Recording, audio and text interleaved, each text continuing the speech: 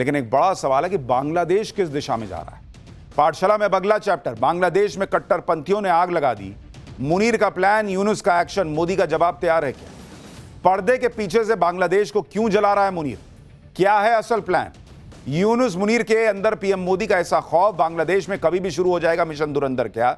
अब इसका चैप्टर। जब से बांग्लादेश में यूनुस ने कट्टरपंथियों को सिर पर चढ़ाया, तब से कहा जा रहा था कि ये कट्टरपंथी बांग्लादेश में आग लगाएंगे, देख लेना। और ठीक यही बांग्लादेश में पिछले कई दिनों से हो रहा है। कट्टरपंथियों ने बांग्लादेश को फूंक डाला है। वहां पर जबरदस्त हिंसक प्रदर्शन हो रहे हैं। भारत विरोधी, हिंदू विरोधी भीड़ सड़कों पर आ चुकी है। अखबारों के दफ्तर जलाए जा रहे हैं। जो भी भारत की बात कर रहा है, जो भी हिंदुओं की बात कर रहा है, उस पर अटैक हो रहा है। जब तक शेख हसीना बांग्लादेश में थी, तब तक यह सब नहीं होता था। लेकिन यूनुस के आते ही कट्टरपंथियों का राज बांग्लादेश में बढ़ता चला गया। ऊपर से पाकिस्तान भी अब बांग्लादेश से सट गया है।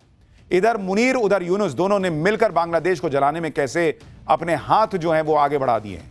मुनीर यूनुस का असल प्लान क्या है, नरेंद्र मोदी इसका क्या जवाब देंगे, आज सब आपको बताऊंगा। बांग्लादेश जिन कट्टरपंथियों के हाथ में चला गया है, वो कट्टरपंथी भारत के खिलाफ जहर उगलते हैं। हिंदुओं से, सनातन से इन्हें नफरत है वो दिखता है।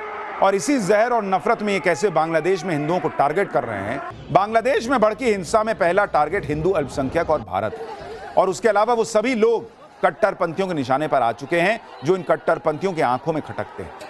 बांग्लादेश का हाल यह है कि कट्टरपंथियों की भीड़ ने बांग्लादेश के उन बड़े अखबारों को निशाना बनाया जो यूनुस की कट्टरपंथी सरकार की नीतियों के खिलाफ बिना डरे खबरें छाप रहे थे। देखिए, अब अखबार का ऑफिस जला दिया भाई। ये तस्वीरें ढाका में बांग्लादेश के सबसे बड़े अंग्रेजी अखबार डेली स्टार के हेड ऑफिस की है, जहां कट्टरपंथियों की भीड़ ने आग लगा दी। 30 से ज्यादा पत्रकार बिल्डिंग के अंदर फंस गए, जिन्हें सेना के दखल के बाद बचाया जा सका।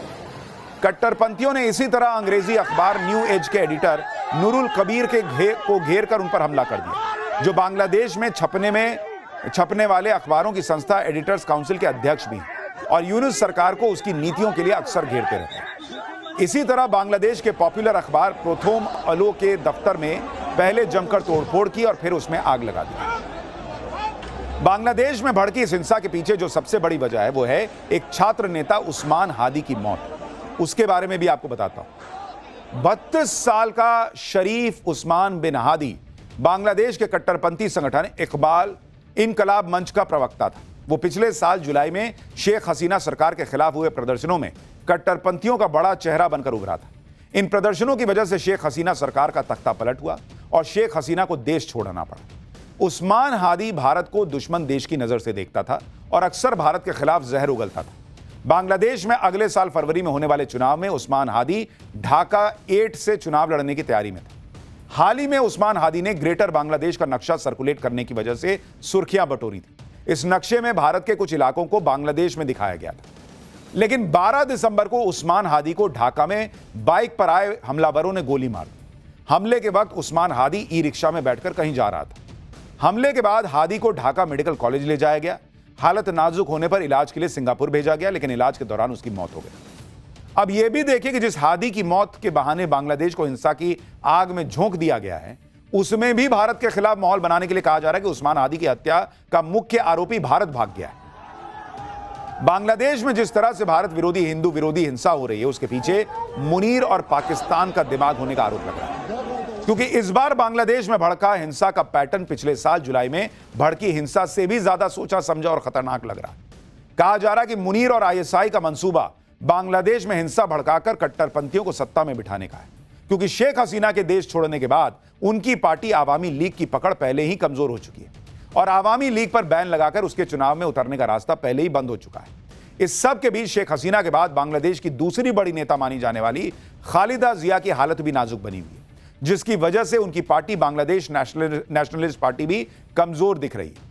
उस पर कट्टरपंथी नेता शरीफ उस्मान हादी की मौत ने मुनीर और आईएसआई को अपना प्लान एक्टिवेट करने का मौका दे दिया। खबर है कि आईएसआई ने अपने पुराने सहयोगी और बांग्लादेश के कट्टरपंथी संगठन जमाते इस्लामी को निर्देश दिया है कि वो आंदोलन को लीड न करे, बल्कि पीछे रहकर इसे हवा दे। इसके पीछे मकसद यह है कि आंदोलन में स्थानीय लोग दिखने चाहिए ताकि आंदोलन स्वाभाविक लगे। बांग्लादेश में हिंसा को और भड़काने के लिए कई सोशल मीडिया हैंडल पाकिस्तान से ऑपरेट होना शुरू हो चुके हैं। इन प्लेटफॉर्म्स पर बार बार भारत के खिलाफ उकसाने वाली पोस्ट अपलोड की जा रही है। और जिस तरह बांग्लादेश में हिंदू अल्पसंख्यकों और इंडियन हाई कमीशन को निशाना बनाने की कोशिश हो रही है, हिंसा को उस्मान हादी की मौत के बाद छात्रों और युवाओं का गुस्सा बताकर कवर देने की कोशिश हो रही है, उसी को देखते हुए शेख हसीना सरकार में मंत्री रह चुके हबीबुल हसन चौधरी भी मोहम्मद यूनुस के प्लान का हिस्सा बता रहे हैं। शेख हसीना सरकार में मंत्री रह चुके मोहिबुल हसन हिंसा को पहले से तय प्लान इसलिए बता रहे हैं क्योंकि हिंदू अल्पसंख्यकों और यूनुस सरकार की पोल खोलने वाले मीडिया के बाद निशाने पर उनकी पार्टी आवामी लीग। कट्टरपंथियों की भीड़ ने चटगांव में मोहिबुल हसन के घर को भी आग लगा दी। इसी तरह शेख हसीना सरकार में मंत्री रहे हिंदू नेता बीर बहादुर के घर को भी फूंक दिया गया। ढाका में शेख हसीना के पिता और बांग्लादेश के जनक माने जाने वाले शेख मुजीबुर रहमान के घर पर भी कट्टरपंथियों ने तोड़फोड़ और आगजनी की। पिछले साल हुई हिंसा में भी इस घर में तोड़फोड़ हुई थी और इस बार घर के बचे हुए हिस्से को भी तोड़ दिया। तो सवाल यह है कि एक सेकंड के लिए आरोप लगा रहे हो कि भारत ने किया, तो मुजीबुर रहमान और शेख हसीना की पार्टी के लोगों और उनके घरों को क्यों जला रहे हो? सीधा सीधा एजेंडा पाकिस्तान का यह है कि वहां कट्टरपंथियों की जमात बनी रहनी चाहिए। ऐसा ना हो कि इलेक्शन हो और चीजें बदल जाए।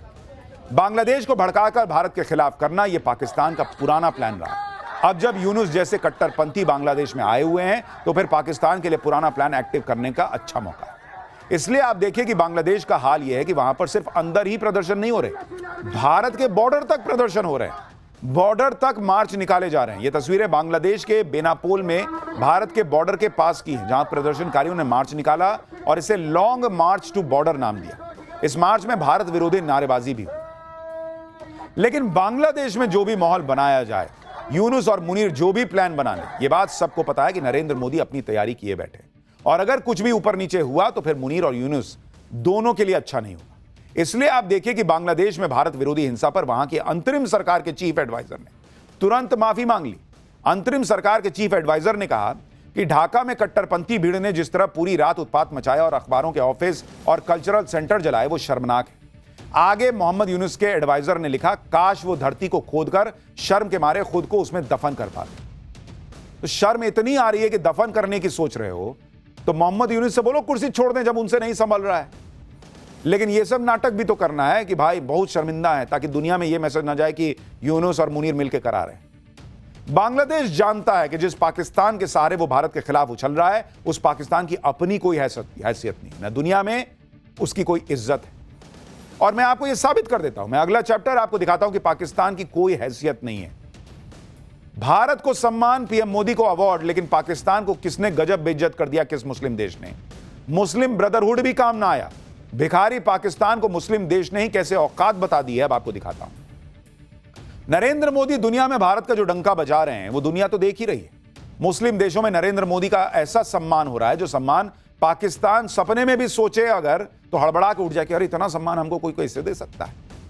पाकिस्तान जिन मुस्लिम देशों के नाम पर उछलता है वो मुस्लिम देश खुद उसको कैसे गजब बेइज्जत कर रहे हैं, आज आपको देखना चाहिए। पाकिस्तान की ऐसी गजब बेइज्जती हो रही है बॉस कि मुनीर और शहबाज मुंह दिखाने लायक नहीं है। लेकिन भाई ये लोग भी कम बेशरम थोड़े ही हैं, फिर मुंह दिखाएंगे ही दिखाएंगे।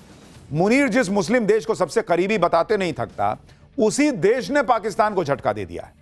सऊदी अरब ने पाकिस्तान के हजारों भिखारियों को डिपोर्ट कर दिया उठा के, कि ले जाओ अपने यहाँ के भिखारियों को, यहां के भीख मांग रहे हैं। ऐसा इसलिए क्योंकि आतंकियों के एक्सपोर्टर पाकिस्तान में अब भिखारियों की फैक्ट्री खुल गई है और पाकिस्तान अपने भिखारी खाड़ी देशों में एक्सपोर्ट कर देता है। पाकिस्तान के भिखारियों ने सऊदी अरब, कतर, यूएई समेत खाड़ी के लगभग सभी देशों में कब्जा कर लिया, अपनी जगह ढूंढ ली है कि दे दे भाई कोई। लेकिन पाकिस्तान के भिखारी शेखों के देश में सिर्फ भीख नहीं मांग